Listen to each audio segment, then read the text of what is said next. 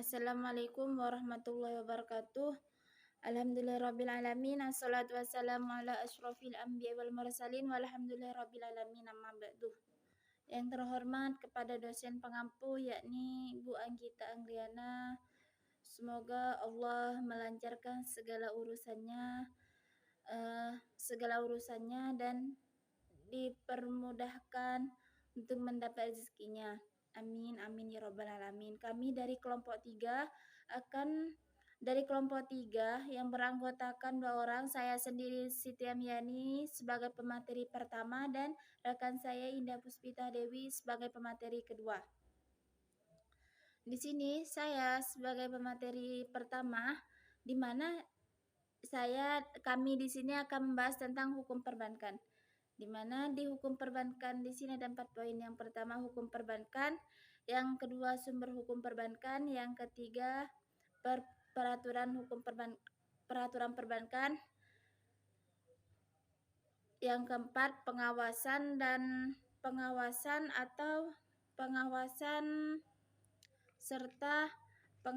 serta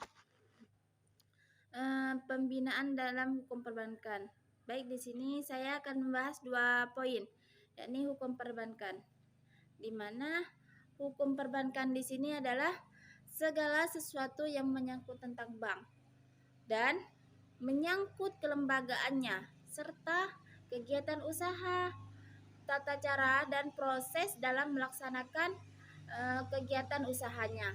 Itulah yang ada di bank.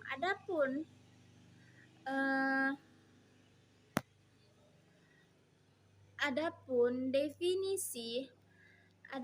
pengertian perbankan atau definisi perbankan secara yuridis di sini terdapat dalam ketentuan pasal 1 angka 1 Undang-Undang Nomor 10 Tahun 1998, di mana yaitu hukum perbankan adalah yang pengertiannya hukum perbankan adalah segala sesuatu yang mengatur dalam artian mengatur tentang bank, mencakup kelembagaannya, mencakup dalam hal kelembagaan, kegiatannya, usaha, serta tata cara dan proses melaksanakan kegiatan-kegiatan yang ada di bank tersebut. Itulah pengertian secara yuridis yang terletak dari dalam pasal 1 angka 1 Undang-Undang Nomor 10 Tahun 1998. Itulah. Dan hukum yang mengatur segala urusan perbankan di sini disebut dengan hukum perbankan. Seperti itu. Akan tetapi di sini juga ada pendapat ahli hukum yang saya kutip dari menurut ahli hukum Munir Fuadi yang mengatakan dalam bukunya, yakni perbankan adalah serangkaian kaidah-kaidah hukum dalam bentuk peraturan-peraturan undang-undang serta peraturan undang-undang secara yuridis, doktrin dan lain-lain. Sumber hukum yang mengatur masalah-masalah perbankan sebagai lembaga dan aspek kegiatan sehari-hari, rambu-rambu yang harus dipatuhi dan oleh pihak bank serta tanggung jawab para pihak yang tersangkut dalam bisnis perbankan. Selanjutnya, apa yang boleh dan tidak boleh dilakukan oleh bank, eksistensinya itu eksistensi dalam perbankan dan lain-lain yang berkenan dengan dunia perbankan tersebut. Itulah yang dikatakan oleh Munir Fuadi dalam bukunya. Sedangkan hukum perbankan di Indonesia di sini itu hukum perbankan yang ada di Indonesia dan di negara lain di sini memiliki perbedaan, di mana di Indonesia memiliki ciri khas tersendiri dan di negara lain memiliki aturan yang berbeda juga. Selanjutnya, di sini saya akan membahas sumber hukum perbankan, di mana sumber hukum perbankan di sini yang ada di Indonesia di sini meliputi dua, sumber hukum perbankan material dan sumber hukum secara formal. Sumber hukum secara dalam artian material yakni sumber hukum yang menentukan isi hukum itu sendiri. Yang dimaksud menentukan isi itu sendiri yakni yang terdiri dari jenis-jenisnya, sehingga bergantung dari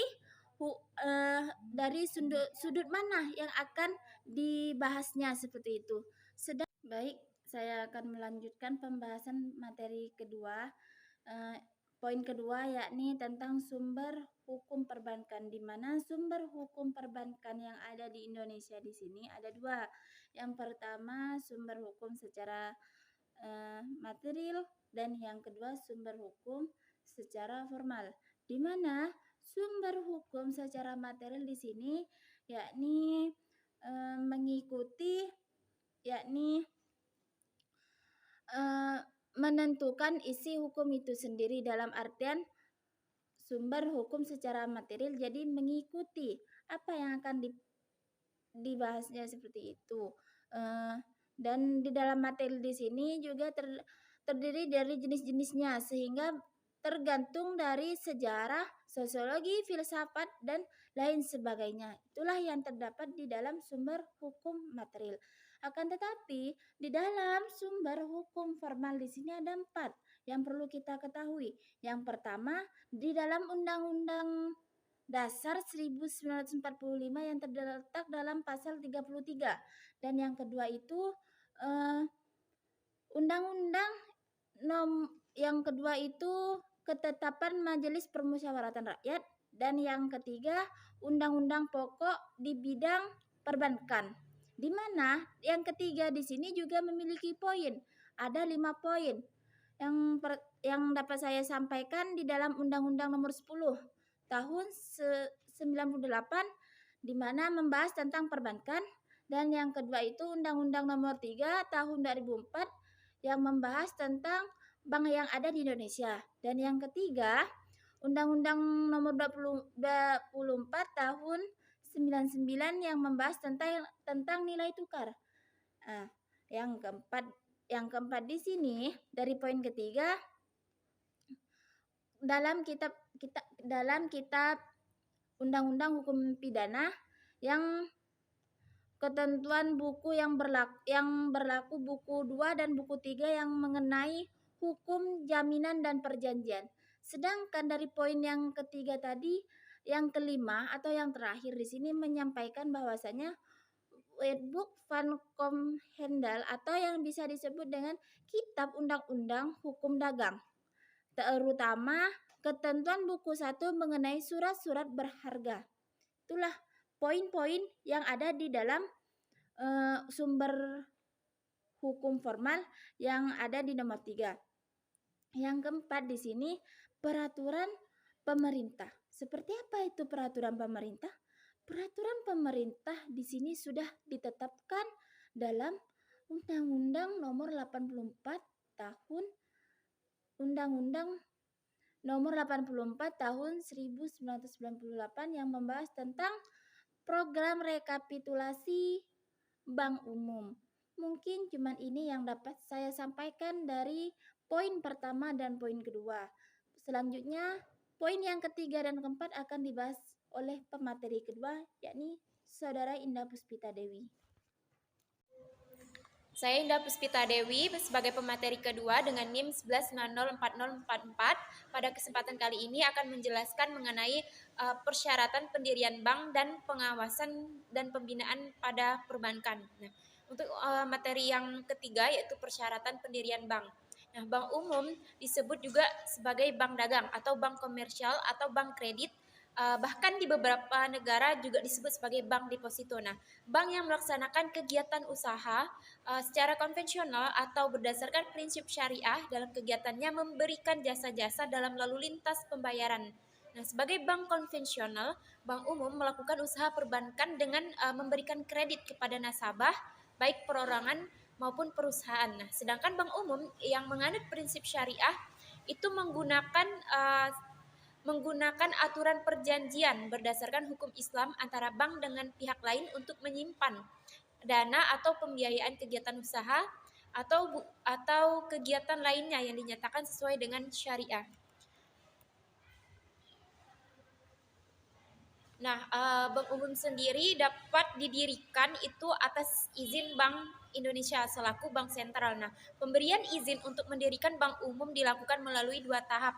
Yang pertama, tahap persetujuan untuk melakukan persiapan pendirian bank yang bersangkutan. Nah, yang tahap kedua itu berupa pemberian izin usaha, ya ini izin yang diberikan untuk melakukan kegiatan usaha setelah persiapan selesai dilakukan. Nah, selama belum mendapat izin usaha, pihak yang mendapat persetujuan prinsip tidak diperkenankan untuk melakukan kegiatan usaha apapun di bidang perbankan. Nah, sesuai dengan ketentuan mengenai izin pendirian bank, maka setiap orang atau badan hukum yang berkeinginan untuk mendirikan bank wajib mengambil dasar hukum dan ketentuannya yang ada pada pasal 16 Undang-Undang Nomor 10 Tahun 1998, yaitu pada ayat 1, 2, 3 yang berbunyi antara lain ayat 1 itu setiap pihak yang melakukan kegiatan yang menghimpun dana dari masyarakat dalam bentuk simpanan wajib terlebih dahulu memperoleh izin usaha sebagai bank umum atau bank pengkreditan rakyat dari pimpinan Bank Indonesia, kecuali apabila kegiatan menghimpun dana dari masyarakat dimaksudkan diatur dengan undang-undang tersendiri. Nah, dalam ketentuan pasal 16 ayat 1 tadi mengandung arti bahwa kegiatan menghimpun dana dari masyarakat oleh siapapun pada dasarnya merupakan kegiatan yang perlu diawasi, mengingat dalam kegiatan tersebut ada terkait kepentingan masyarakat yang dananya disimpan pada pihak yang menghimpun dana tersebut. Nah, sehubungan dengan ayat tersebut ditegaskan bahwa kegiatan menghimpun dana dari masyarakat dalam bentuk simpanan hanya dapat dilakukan oleh pihak yang telah memperoleh izin usaha sebagai bank umum atau sebagai bank pengkredit rakyat. Nah, dalam pasal 16 ayat 2 berbunyi untuk memperoleh izin usaha bank umum dan bank perkreditan rakyat sebagaimana dimaksud dalam ayat 1 wajib dipenuhi persyaratan sekurang-kurangnya, yaitu tentang yang pertama susunan organisasi dan kepengurusan, yang kedua permodalan, yang ketiga kepemilikan, keempat keahlian di bidang perbankan, dan kelima kelayakan rencana kerja. Nah, ketentuan pasal 16 ayat 2 itu dapat dikemukakan bahwa dalam hal memberi izin usaha sebagai bank umum dan bank pengkredit rakyat, Bank Indonesia selain memerhatikan pemenuhan persyaratan sebagaimana yang dimaksud dalam ayat tersebut, juga wajib memperhatikan tingkat persaingan yang sehat antar bank, tingkat kejenuhan jumlah bank dalam suatu wilayah tertentu, serta pemerataan pembangunan ekonomi nasional. Nah, materi yang keempat mengenai pembinaan dan pengawasan bank. Nah, terkait pembinaan dalam pembinaan untuk bank yang sehat itu bagaimana? Itu ada 3 hal yang diatur oleh Bank Indonesia itu sendiri. Nah, 3 hal tersebut, yang pertama itu kepercayaan masyarakat pada bank, mengingat bank sebagai pemegang amanat menyimpan dana dan menjalankan usaha terutama dalam dana masyarakat. Nah, yang kedua itu prinsip kehati-hatian. Nah, terutama dalam pengambilan keputusan pengelolaan usaha bank secara rasional sesuai dengan peraturan hukum yang berlaku, karena hubungannya itu erat dengan resiko. Nah, misalnya penyaluran kredit kepada masyarakat, menetapkan suku bunga yang wajar, mengingat bank menjalankan usaha terutama menggunakan dana masyarakat. Nah, yang ketiga itu kesehatan bank. Hal mengenai kesehatan bank itu merupakan landasan mencapai tujuan. Mengapa bisa dikatakan landasan mencapai tujuan? Karena masyarakat itu perlu akan percaya menyimpan dana pada bank jika bank itu sehat menurut kriteria yang ditetapkan oleh undang-undang. Maka pengambilan keputusan selalu berpegang pada prinsip kehati-hatian dan masyarakat harus mengetahui secara transparan tingkat kesehatan bank. Nah, kemudian pengawasan perbankan. Nah, pengawasan itu meliputi pengawasan tidak langsung yang terutama dalam bentuk pengawasan dini melalui penelitian, analisis dan evaluasi laporan bank, dan pengawasan langsung dalam bentuk pemeriksaan yang disusul dengan tindakan-tindakan perbaikan. Nah, pengawasan tidak langsung yang terutama dalam bentuk pengawasan dini melalui penelitian, analisis, dan evaluasi laporan bank. Nah, pengawasan langsung dalam bentuk pemeriksaan yang disusul dengan tindakan-tindakan perbaikan. Sehubungan dengan pengawasan dalam pasal 24 Undang-Undang Nomor 23 Tahun 1959, isinya itu dalam rangka melaksanakan tugas pengawasan, Bank Indonesia melaksanakan pengawasan bank dan mengenakan sanksi terhadap bank sesuai dengan peraturan perundang-undangan. Nah, dalam hal pengawasan tidak langsung, pasal 28 Undang-Undang Nomor 23 Tahun 1999 itu menentukan Bank Indonesia mewajibkan dana untuk menyampaikan laporan keterangan dan penjelasan sesuai dengan tata cara uang yang ditetapkan oleh Bank Indonesia. Nah, apabila diperlukan kewajiban tersebut, maka dikenakan pula terhadap perusahaan induk, nah perusahaan anak yang berkaitan dan pihak terafiliasi dari bank. Nah, berdasarkan ketentuan pasal-pasal tersebut, maka dapat dipahami bahwa pengawasan tidak langsung merupakan pengawasan dini yang dilakukan dengan cara setiap bank wajib menyampaikan laporan keterangan dan penjelasan kepada Bank Indonesia. Nah, laporan tersebut harus disampaikan secara tertulis sesuai dengan ketentuan yang ditetapkan oleh Bank Indonesia. Nah, sekian penjelasan dari saya. Selebihnya saya mohon maaf. Assalamualaikum warahmatullahi wabarakatuh.